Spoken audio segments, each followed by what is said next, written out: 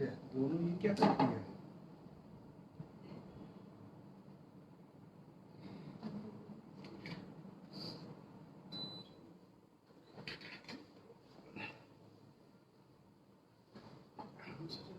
नाम दिखा रहे हैं। अरे नमो भगवते वासुदेव।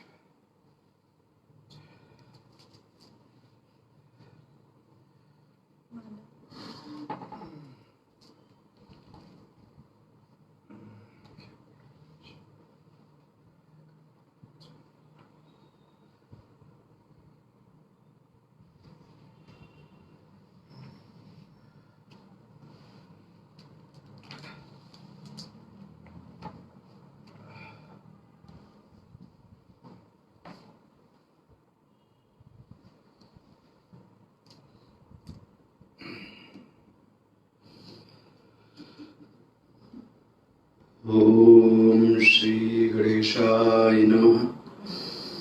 ओम श्री सरस्वती नमः।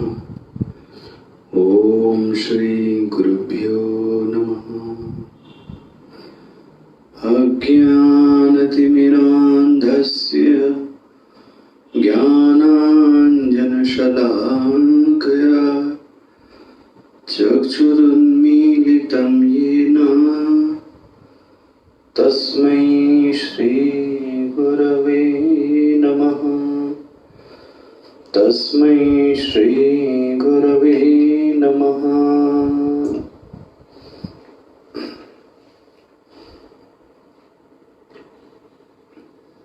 पांचवें अध्याय का 10वां श्लोक।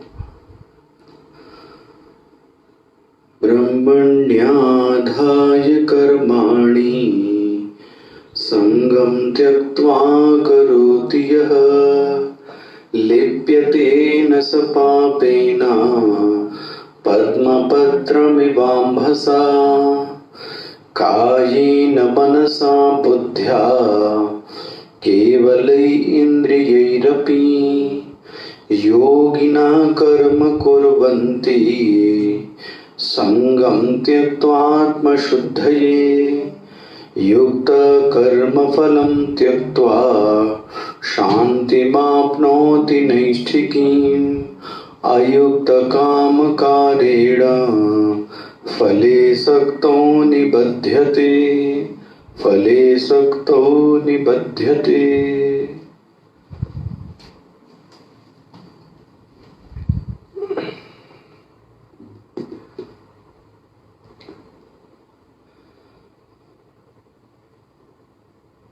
तो भगवान ने फिर से इस अध्याय को एक साधक के लिए क्या साधना करना चाहिए, क्योंकि लक्ष्य तो बता दिया कि सर्वभूतात्मा भूतात्मा, लक्ष्य तो यह है कुर्वन्नपि न लिप्यते। जीवन में यह लक्ष्य सिद्ध हो जावे, यह दृष्टि प्राप्त हो जावे। कौन सी दृष्टि?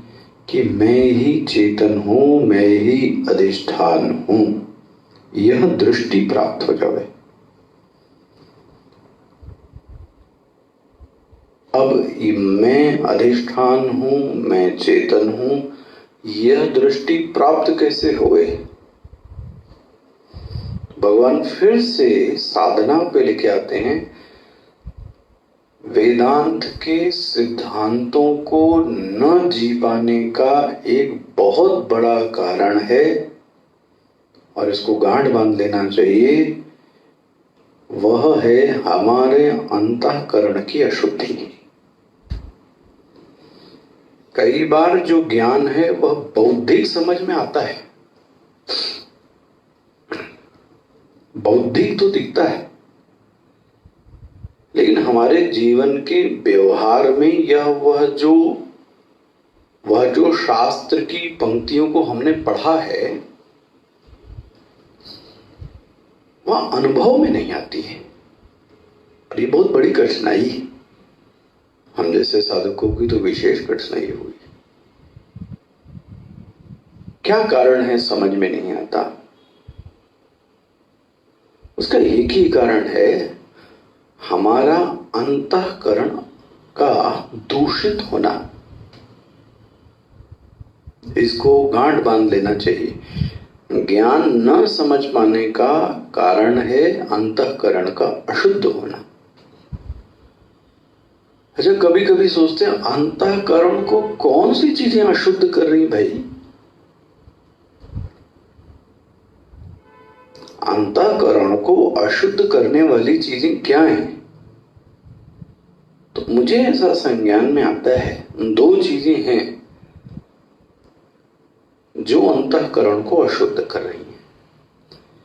एक तो है हमारा व्यवहार। व्यवहार क्या? व्यवहार में छल कपट धूर्तता।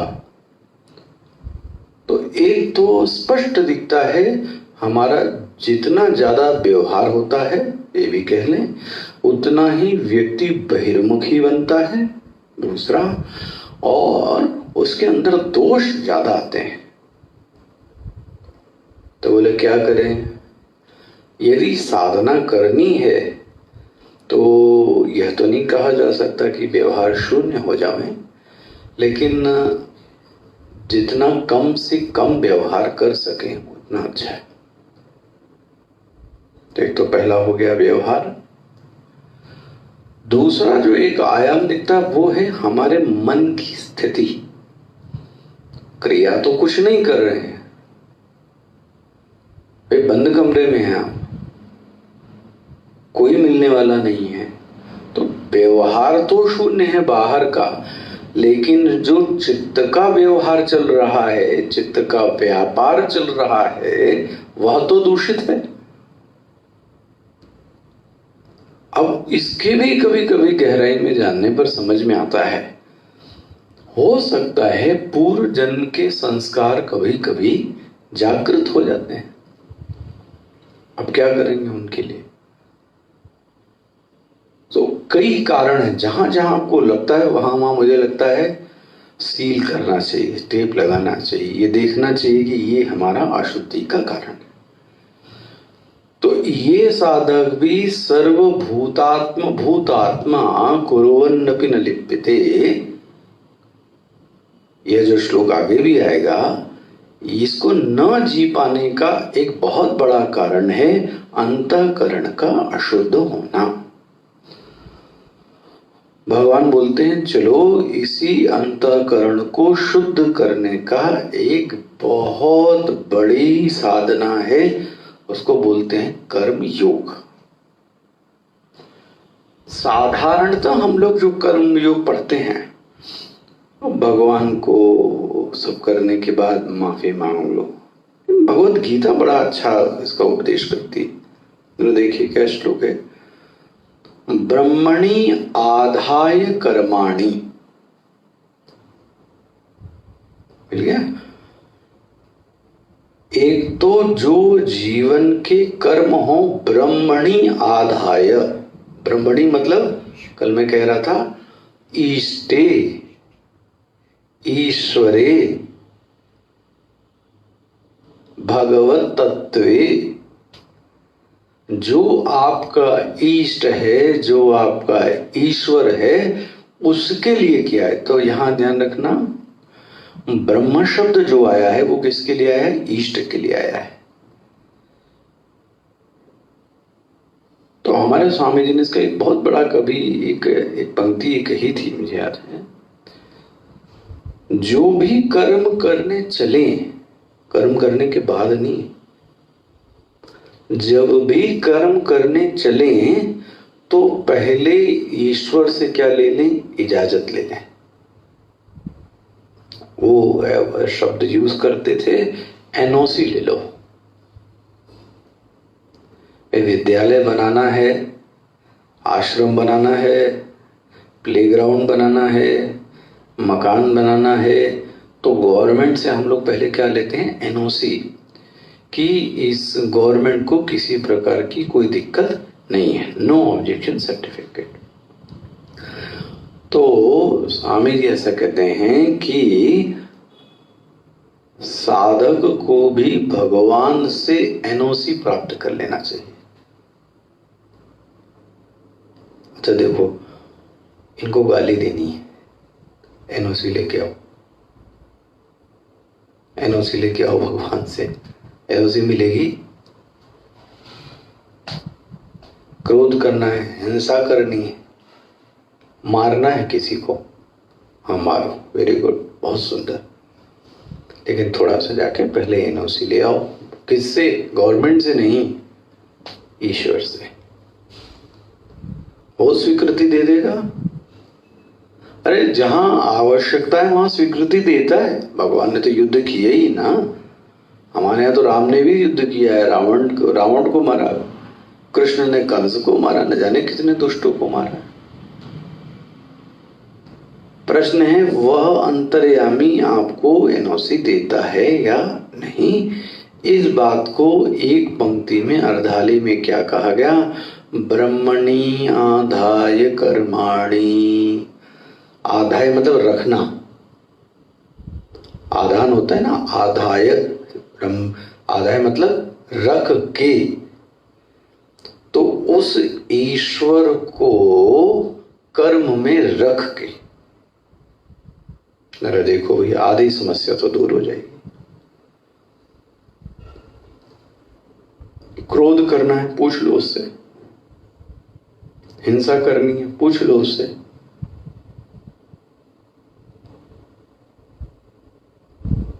आधे प्रश्नों का उत्तर हमारा मिल जाएगा यदि हम उस ईश्वर से अंदर क्या कर लें, बात कर लें। तो पहला तो ये हो गया कर्मयोग का। दूसरा, संगम त्यक्त्वा, कर्म करते समय कर्म के संग को दूर, त्यक्त्वा मतलब छोड़ना, ये बहुत बड़ा शब्द है। मतलब यह हुआ है कि वह साधक कर्म के जो दूसरे अन्य प्रेरक हैं, किसके प्रेरक? कर्म के। यहां पे क्या कह रहे हैं? हाँ, कर्म के अन्य जो प्रेरक हैं, मोटिवेशनल फैक्टर, जो हमको मोटिवेट करते हैं क्या करने के लिए? कर्म करने के लिए। यह साधक कर्म के अन्य मोटिवेशनल फैक्टर को इग्नोर कर देता है। किसको मानता है? सिर्फ उस ईश्वर को। अन्य मोटिवेशनल फैक्टर को, हाँ, तो कोई मनन करे तो उसके मन में ये प्रश्न आ सकता है। क्या प्रश्न आ सकता है? अच्छा, कर्म के और कौन कौन से मोटिवेशनल फैक्टर हो सकते हैं? थोड़ा सोचो। कर्म को मोटिवेट करने वाले और कौन कौन से लोग हो सकते हैं?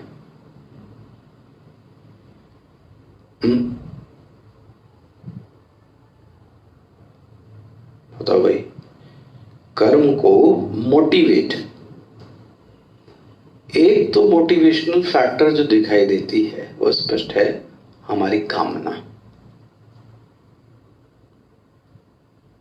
डिजायर, जो कर्म की ओर क्या करती है? मोटिवेट करती है। अच्छा, इसलिए कहा गया कि साधक को उस कामना से थोड़ी क्या बनानी है? दूरी बनानी है। और हमारे पास जो इच्छाएं हैं वो कितनी हैं? ओहो, अनंत इच्छाएं। मतलब एक नौकर होए, उसको 4 लोग आदेश देने वाले होए, भुक्तभोगी हूं मैं। एक बोलता है विद शुगर लाओ, एक बोलता है विदाउट शुगर लाओ, एक बोलता है बीच वाली लाओ, एक बोलता है कॉफी लाओ। अब वो क्या करेगा? आप बताओ, सर पकड़ लेगा कि नहीं? एक ही आदमी हो गए। आदेश देने वाले 4-4, 5-5 लोग हों किसी आदमी को, तो वो आदमी क्या हो जाएगा? कंफ्यूज हो जाएगा कि नहीं हो जाएगा? मैंने उसका निदान निकाला, चाय बनाओ, उसमें शुगर डालो ही नहीं, जिसको विदाउट शुगर पीनी है वो ऐसे पी ले, जिसको शुगर डालनी वो ऊपर से डाल ले, जिसको थोड़ा डालनी वो थोड़ी डाल ले, जिसको ज्यादा डालनी बोलते ना चम्मच खड़ा हो जाए तो भैया तुम और डाल लो। इसी किसी भी व्यक्ति को 4-5 लोग अगर आप करोगे तो कंफ्यूज हो जाएगा कि नहीं हो जाएगा? अगर हमारी कामनाएं हमको मोटिवेट करेंगी तो व्यक्ति को मैंने देखा कभी आज मन ये होगा तो ये स्पष्ट आपको दिख सकता है। किसी दिन स्पिरिचुअलिटी में क्या मन लगता है, अरे इसके अलावा कुछ सच ही नहीं है। कभी लगता है ये सब थर्ड क्लास चीजें, बी मॉडर्न, सब छोड़ो, सब फालतू की बात है, ओ आज मॉडर्न हो गए।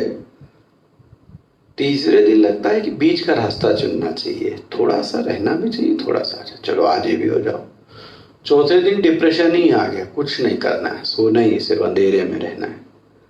अब आप बताओ ऐसे व्यक्ति की जिंदगी क्या होगी? क्यों? क्योंकि इसको 4-4 लोग तो गवर्न कर रहे हैं, तो वो व्यक्ति क्या करेगा बेचारा? देश भी चलता है तो एक पॉलिसी से चलता है ना, परिवार भी चलता है तो एक पॉलिसी से चलता है, और 4-5 अगर कामनाएं होंगी तो व्यक्ति को कैसे ले जाएंगे आगे? तो एक मोटिवेशनल फैक्टर कौन दिखाई देती है? कामना। ये व्यक्ति उस कामना को भी क्या करता है? मना कर देता है। अच्छा, एक और मोटिवेशनल फैक्टर है, कभी कभी व्यक्ति को जो प्रेरणा देती है वो कौन है पता है? परिस्थिति। ये भी तो मोटिवेट करती है। कई बार ऐसा भी अनुभव, गुस्सा नहीं करना चाहता लेकिन परिस्थिति ऐसी है जो उसको गुस्सा करवा देती है। भला तो करा दिया किसने? इस सर्कमस्टेंसेस। तो कर्म को मोटिवेट करने वाली और भी कौन सी चीज हुई? परिस्थिति बना। लेकिन ये साधक कहता है मुझे ये सब कुछ नहीं चाहिए।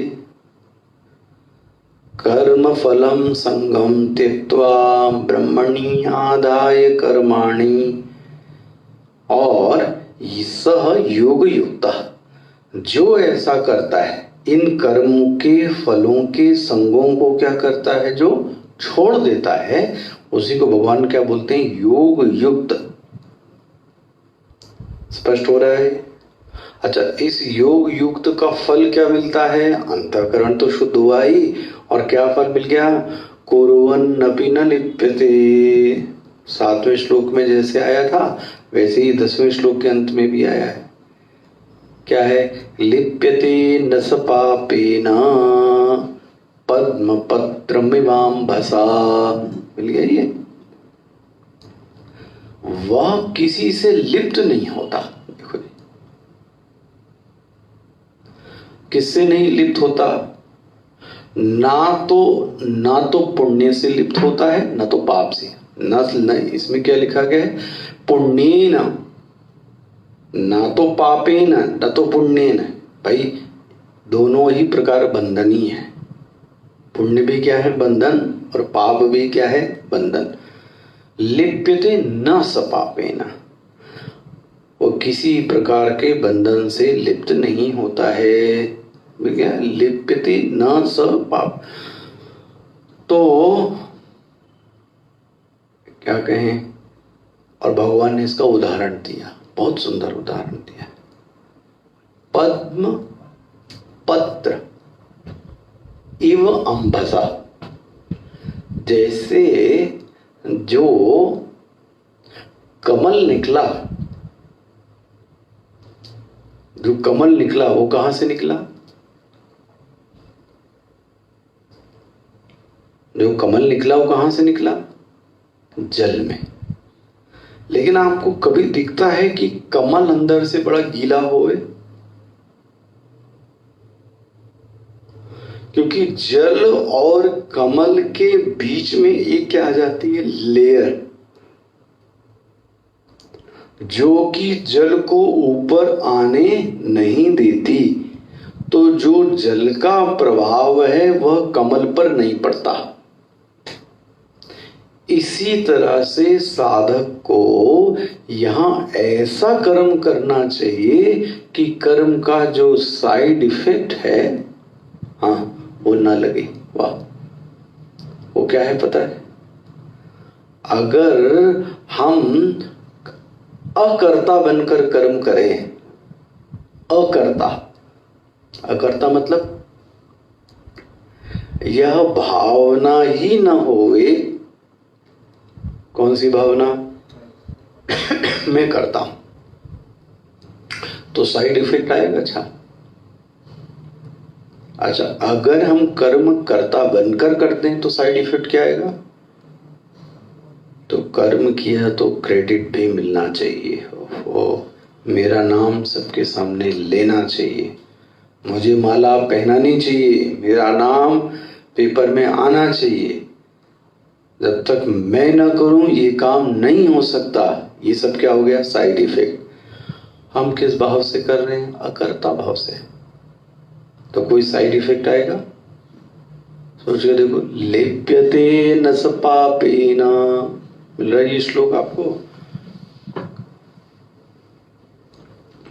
श्लोक नंबर आगे खुल गया। 10वां श्लोक मिला ही है।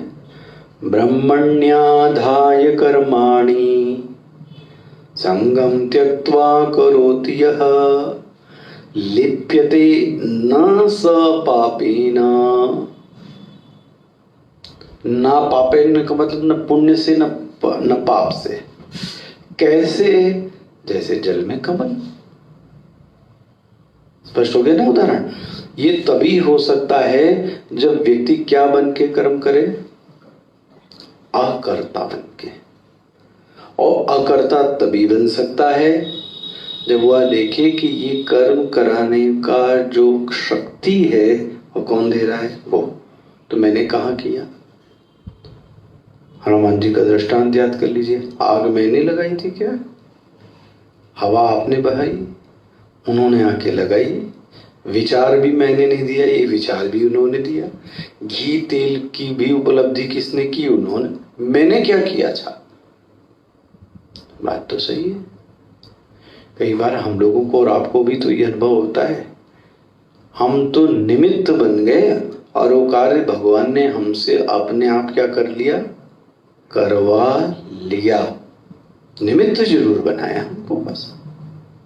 अब किसी को निमित्त ही बनाया जाए तो वही बन जाए कर्ता, तब उसको क्या कहोगे? बन गया। जैसे वहां पहले बोलते थे शादी में एक बिचौलिए होते थे, तो वह सिर्फ दो लोगों को क्या करता था? मिलाता था। भगवान निमित्त मात्रम भव भव्य साचिन। हे भव्य साची, निमित्त मात्र बनो, अकर्ता बनकर कर्म करो, कर्ता बनकर कर्म मत। स्पष्ट हो गया ये? अच्छा, आगे देखिए। कायेन मनसा बुद्ध्या केवल इंद्रियैरपि योगिनः कर्म कुर्वन्ति संगम त्यक्त्वात्मशुद्धये। केवल इंद्रियैः अपि योगिनः कर्म कुर्वन्ति। देखो, योगी के कर्म में और भोगी के कर्म में क्या अंतर है? योगी के कर्म में और भोगी के कर्म में क्या अंतर है? कहते हैं योगी कर्म करता है संग को छोड़कर, और जो भोगी करता है वो किसको लेकर करता है? कर्म करने के पहले ही संग को क्या करता है? पकड़ के करता है। दोनों में अंतर दिख रहा है। मतलब जो योगी है वह उनसे क्या बना? फलाह संग से बहुत दूरी बना के रखता है। अभी ये बात कह रहा था ना मैं, अपनी कामना से, परिस्थिति से, लोभ से, इनसे क्या बनाता है? दूरी। तो कई बार ऐसा लोगों को लगता है कि गीता पढ़ने से तो हमारा वो जो मोटिवेशन है वही मर जाता है, ऐसा कई लोगों को लग सकता है। अच्छा, समाज में अच्छा मोटिवेशनल कैसे होता है? समाज में किसी को और कर्म में लगाना हो तो क्या करते हैं? एक काम करो, एप्रिसिएशन दे दो। ओहो, इसका एप्रिसिएशन पत्र मिलता है, लगा के उसको मढ़वा के रखवा लो घर में। उसके बाद करोगे क्या? करें क्या? उसका जाला लग गया और गंदा हो गया।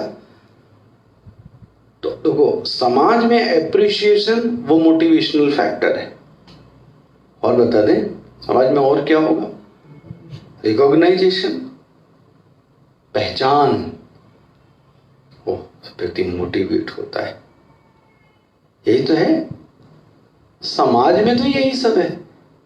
लेकिन भगवान बोलते हैं ये सबसे प्रेरित होकर ये कर्म नहीं करना चाहिए। देखो, ये एप्रिसिएशन और ये रिकॉग्नाइजेशन, इनसे कोई प्रेरणा लेनी चाहिए। प्रेरणा देने वाले कौन हैं? वो भगवान होने चाहिए। देखो, अच्छा आपको उदाहरण दें, स्वामी विवेकानंद का मोटिवेशनल फैक्टर क्या रहा होगा? Appreciation, recognition. स्वामी तपोवन और गुरुदेव रमन महर्षि को कौन प्रेरणा देता होगा? सोचो, गुरुदेव की इतने सारे जो सब प्रकल्प चल रहे हैं, नाम के लिए थे क्या? कई बार तो वो चीजें हो जाती तो नाम ही नहीं पता लगती, लेकिन वो बहुत बड़े बड़े काम हो गए। तो ना ना ना, ये श्लोक जी चुके। उन्होंने जो कर्म किया उसका मोटिवेशनल फैक्टर ये एप्रिसिएशन और ये रिकॉग्नाइजेशन नहीं है। वो भोगी लोग करते हैं। अच्छा, एक और आपको देखा,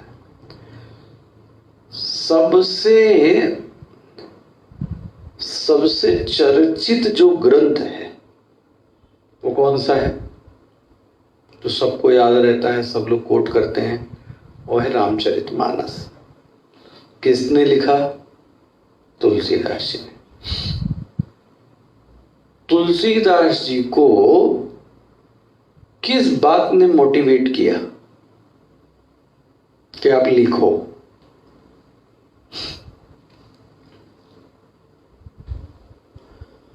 बुरा लग जाएगा बहुत सारे लोगों को। लोग जो किताब लिखते हैं उसका मोटिवेशनल फैक्टर क्या है?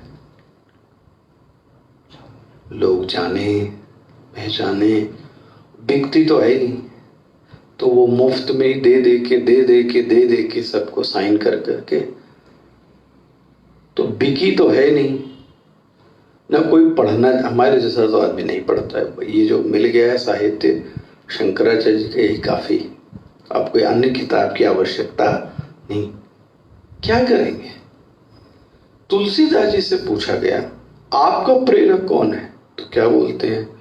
स्वांत सुखाय तुलसी रघुनाथ गाथा। मैं इसलिए लिख रहा हूं जिससे दूसरे को सुख मिले। वो बोले वो जाने, उसका काम जाने, ये मेरा काम नहीं है, ये मेरा काम नहीं है, मैं इतना बड़ा व्यक्ति नहीं हूं। बोले फिर स्वांत सुखाय, मुझे स्वयं में ही क्या मिले? सुख मिले। तुलसी रघुनाथ गाथा, इसलिए मैं क्या कर रहा हूं? रामचरितमानस लिख रहा हूं। और आता है, मोरे मन प्रबोध जिमि होई। मोरे मन, मुझे जिस प्रकार से प्रबोध उत्पन्न होए, दूसरे को नहीं।